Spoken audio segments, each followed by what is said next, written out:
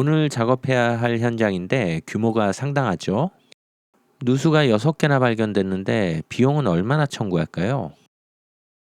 제주시에 위치한 리조트입니다. 누수 탐지 요청이 있어 방문했고요. 관리소장님 말에 따르면 시간당 2.5톤, 한 달에 1,800톤의 누수가 있다고 하네요. 정확한 측정은 아니겠지만 어쨌든 누수가 많다는 얘기입니다. 단지 한편에 기계실이 위치하고요. 기계실에는 2개의 부스터 펌프가 있습니다. 단지를 2개의 구역으로 나눠 한 펌프가 1개의 구역씩 급수를 담당하고 있습니다. 단지 내 제수변은 총 3개가 있습니다. 단지 규모에 비해 약소하죠. 제수변 내부를 살펴보면 깊이가 70cm 정도입니다. 배관이 묻힌 깊이죠. 주 배관에서 분기된 배관은 객실 보일러실로 연결됩니다. 보일러실은 객실 입구 바로 옆에 있네요. 계량기도 보이죠?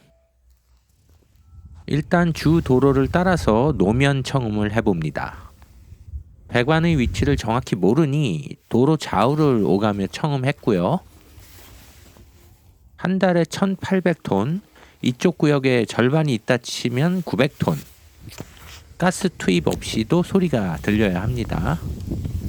전에 누수가 있었던 지점 3곳까지 꼼꼼히 청음을 해보았습니다. 전에 있었던 누수 지점 3곳은 모두 단지 북쪽에 위치해 있습니다.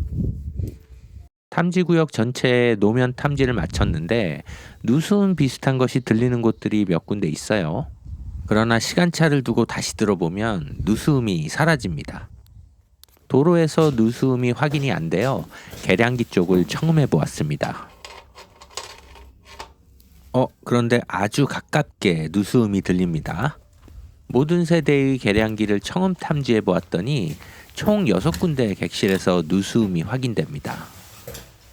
누수음이 가까운 걸로 봐서 저 아래 기초에 묻힌 엘보에 문제가 있는 것 같은데, 기초는 건드릴 수 없고 외부에서 접근해 봐야 합니다. 그러려면 나무를 제거해야 해요. 다음 날입니다. 오늘 나무를 제거하고 굴착을 진행할 예정이에요. 조금 있으면 포크레인도 도착합니다. 굴착 전 마지막으로 청음을 한번 더 해봅니다. 시차를 두고 같은 누수음이 나면 확실합니다.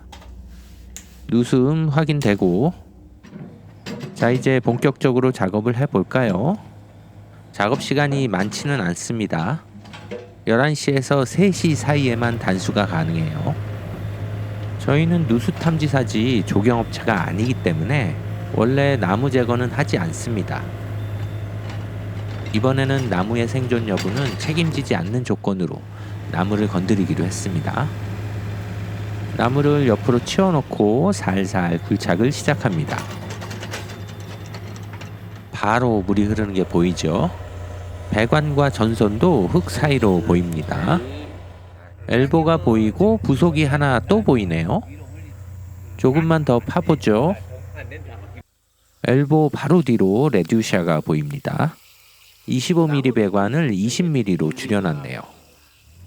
배관 수선은 나중에 하기로 하고 다음 객실 나무 제거와 굴착을 진행합니다. 이 나무는 높이가 3m가 넘어요.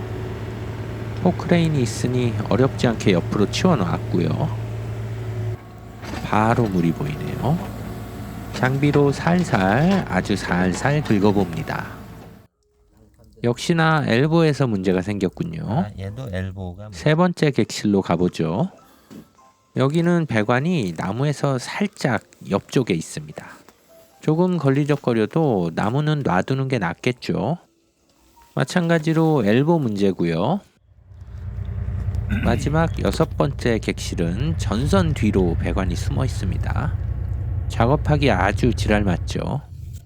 첫 번째 객실 작업을 위해 문제의 엘보를 제거합니다. 이때까진 부속만 교체하면 될 거라 생각했습니다. 그런데 문제가 발생했죠. 엘보 교체 후에도 누수음이 계속 들립니다. 기초 아래 엘보에서 들리는 것 같네요. 짧은 간격을 두고 엘보 레듀시아 엘보가 연속적으로 연결되어 있어 부속 하나를 건드리면 옆에 부속에 영향을 줍니다. 마지막 엘보를 교체했더니 안쪽 엘보에서 누수가 생겼네요. P2 부속을 너무 가깝게 붙이면 안 됩니다. 다른 방법을 강구해야죠.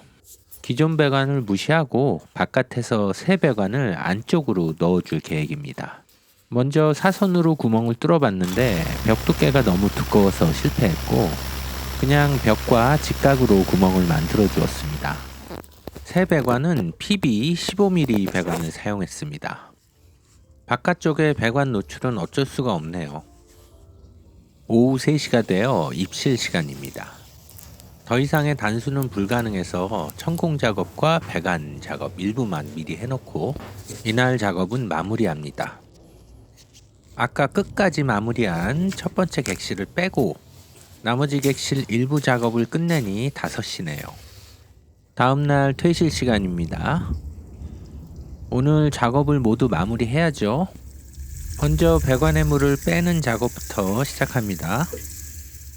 그리고 한 객실씩 배관 연결 작업을 진행합니다. 이제부터는 속도가 좀 붙네요.